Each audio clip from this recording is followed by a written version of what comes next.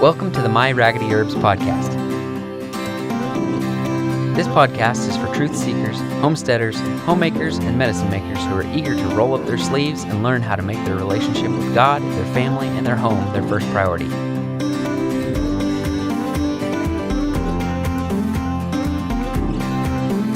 Now here's Lori Coates. Pandemics are tragic and bring with them much trial and grief. However, one of the good things that resulted from 2020 was the nationwide increase in people who are now cooking from home. Family meals shared around a dining room table feed much more than just our stomach. In short order, food availability and security became an issue. Many were unsure if their local supermarkets were going to be open or have a surplus of grocery items available. Interest in gardening turned from a pastime or hobby to a possible necessity. Almost overnight, seed companies were hit hard, and there was a national shortage of canning and food preservation supplies. Completely by accident, those who didn't have time to design a garden or purchase building materials discovered a valuable lesson. Food can be grown in just about any type of container or setting by simply planting some seeds. I have seen many photos where people grew edibles on their patios, balconies, stairwells, driveways, and in their flower beds with very little training or gardening knowledge, and they were quite successful. With so many having limited access to yard space, people learned firsthand that planting tomatoes and marigolds together in a pot on their porch was not only beautiful, but it was edible, and it worked. Who knew?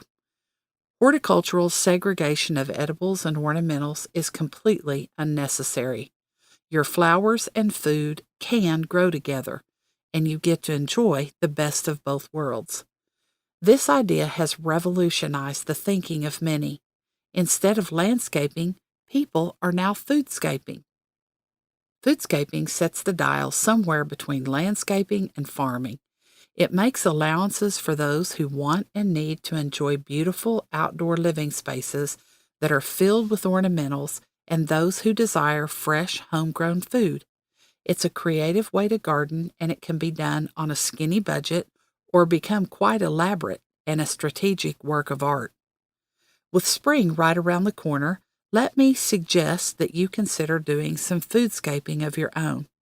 Whether you desire expensive ceramic pots, heavy-duty raised beds, and a compost-rich row garden, or you're happy using plastic repurposed containers with holes poked in the bottom, there is hope, and you are on the brink of something wonderful.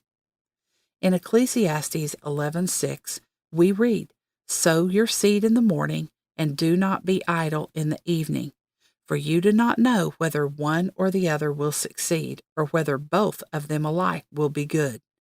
Friends, we are not called to be idle, but rather we are to work diligently.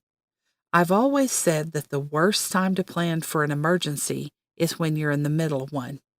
Start by taking inventory of your growing spaces.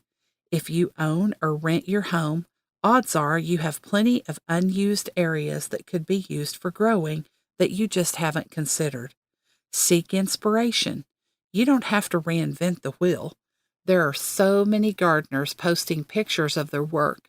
Look for images that appeal to your interest, color schemes, or style, and use their ideas to help you get started and inspire your own. Start simple and use the traditional container gardening method of a spiller, a thriller, and a filler. Choose plants that will spill over the rim of the container for a cascading effect. Plants that stand tall with eye appeal or produce fruit as your thriller, and plants that provide foliage and color as your filler. There are many vegetables and flowers that will work. Last year, many people found themselves in a crisis and were unsure if they knew how to grow food or if they needed to feed themselves what they would do. Now is the perfect time to begin to educate yourself. Make a plan and then try your hand at it when the weather warms up. Whether you decide to tackle your whole backyard or just a small space on your patio, determine to plant things that fill your world with beauty and your kitchen with food. God has given us sharp minds and willing hands. Let's use both to create beautiful and edible things that bring Him glory. The gardening information presented in this podcast is based on USDA Plant Hardiness Zone 7 for Central Oklahoma. Nothing in this podcast or on our website should be construed as medical advice. Consult your healthcare provider for your individual nutritional and medical needs. The information presented is based on our own research and is strictly that of the author and not necessarily those of any professional group or entity. For more information, please visit myraggedyherbs.com.